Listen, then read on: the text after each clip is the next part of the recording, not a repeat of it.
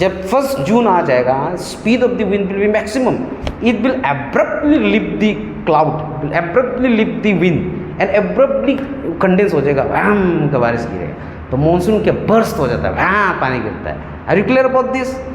We will see this in the humidity, जब हम लोग करेगा तब हम लोग उसको देखेगा कैसा होता है। लेकिन for time being, are you clear about why this at this position, at this time, at this period, why there is a very low rainfall, slow rainfall, drizzling क्यों हो रहा है? Because the speed of the wind is minimum, hence could not uplift to a great height. It will settle down here, over here, and it will थोड़ा बारिश आएगा। Are you clear about this? These थोड़ा बारिश is known as the pre-monsoonal rains.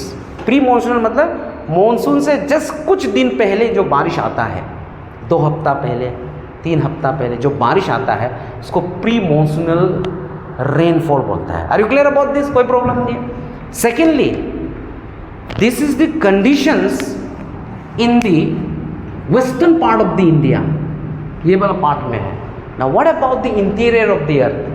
यहाँ तो wind पहुँचेगा नहीं है, और ऊपर से जो यहाँ पे आना था, this wind, remember this wind, trade wind, they are not able to cross the India, come to the India because of the Himalayas, Great Himalaya.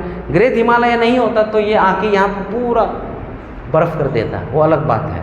लेकिन because of the presence of the great Himalaya, वो वाला wind का हम लोग के ऊपर में कोई इफेक्ट नहीं है, number 1। Number 2, this wind also having no effect on this because it will not able to reach over here, इसका डेस्टिनी यहीं पे खत्म हो जाता है। Are you clear about this? Now therefore what exactly will happen in this area where the intertropical convergence zone still have to reach? At this area, according to the local atmosphere, local environment, different pressure will be generated. Say for example, आप ये वाला area में ही, say for example, यहाँ ज़्यादा ही गर्मी हो गया because of any reason, और यहाँ पे कम है, तो therefore यहाँ पे low pressure होगा, यहाँ पे high pressure होगा। The very warm wind, dry and warm wind will start flowing all over at this place. हर जगह में irregularly, कोई इसका रेगुलर डायरेक्शन नहीं है, just depending on the local topography. Why it is happening? Because of the intense गर्मी का कारण से low pressure is created and somewhere from the wind is coming in random direction. ठीक है, so during this period from March to May month, it is characterised by 2 important characteristics. First at the southern and the second in the northern. In the southern, it will characterized by the pre-monsoonal rainfall, and in the northern mainland India, it will characterized by the warm, dry winds, which is locally known by different names. Say for example, at this area it is known as the Lu, and at this area, Bengal and Assam area, it is known as the Kal Vaishakhi. Are you clear about this?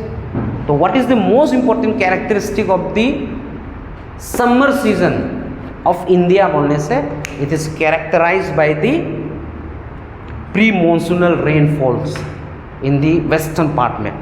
इसमें तो कुछ effect नहीं होगा, यहाँ तो बारिश नहीं आएगा, बिकॉज यहाँ पे जो विंड जा रहा है इट बिकम ऑफशोर, यहाँ पे टच नहीं हो रहा है, सीधा ऐसे जा रहा है। यहाँ पे होगा there is Arakan Yoma is there, तो यहाँ पे आपका हो सकता है ये वाला area, but this not the part of the India ना।